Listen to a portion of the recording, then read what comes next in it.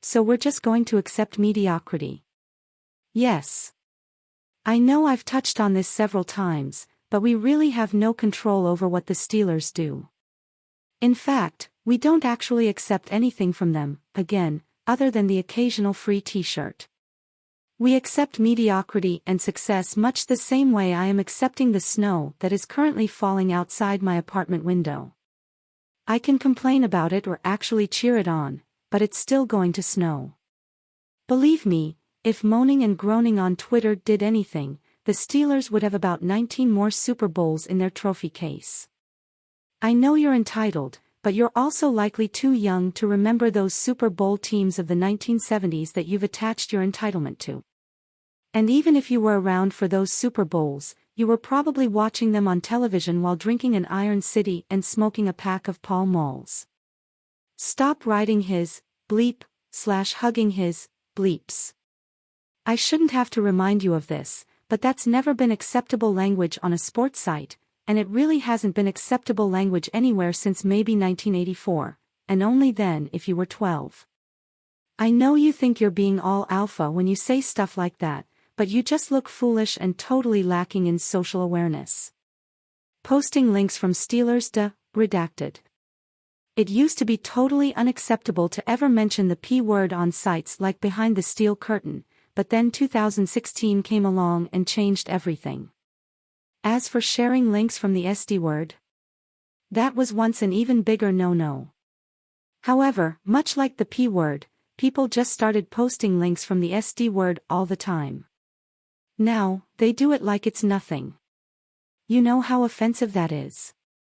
Remember the time Ryan Clark was reportedly seen celebrating with his old home state buddy, Ed Reed, in the locker room following Baltimore's victory in Super Bowl 47?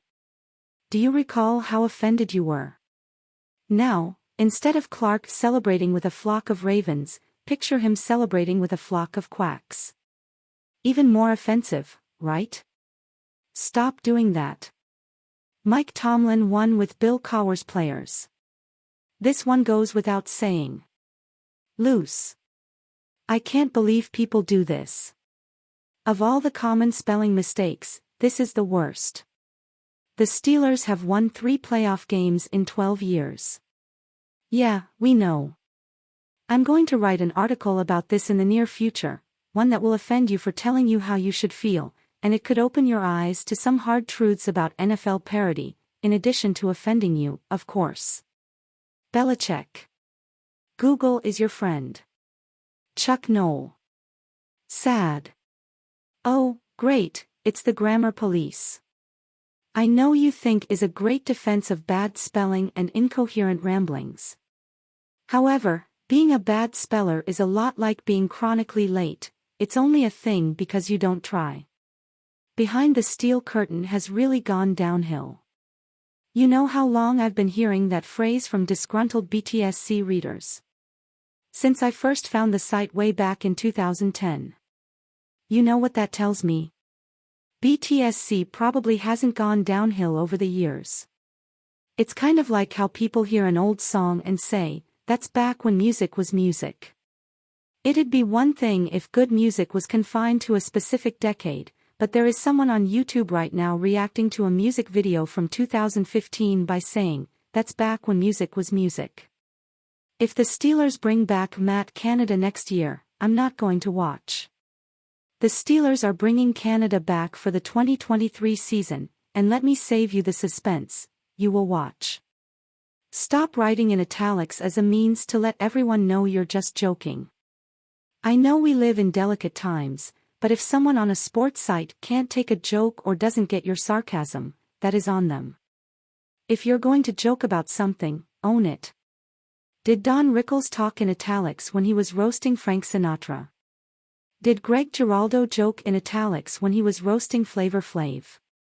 I guess that was back when comedy was comedy. And, finally, stop being offended by articles like this one.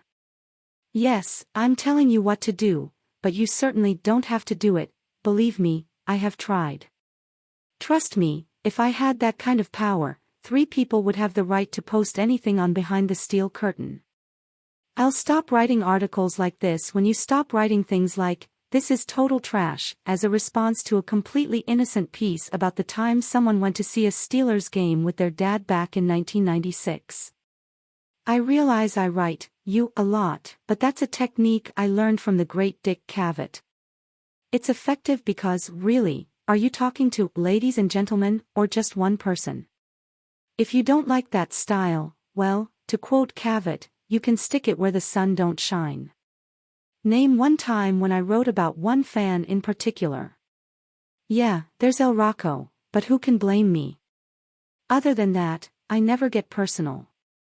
Yeah, well, my grandmother smoked Pall Malls back in the 1970s. What's your point? So did mine.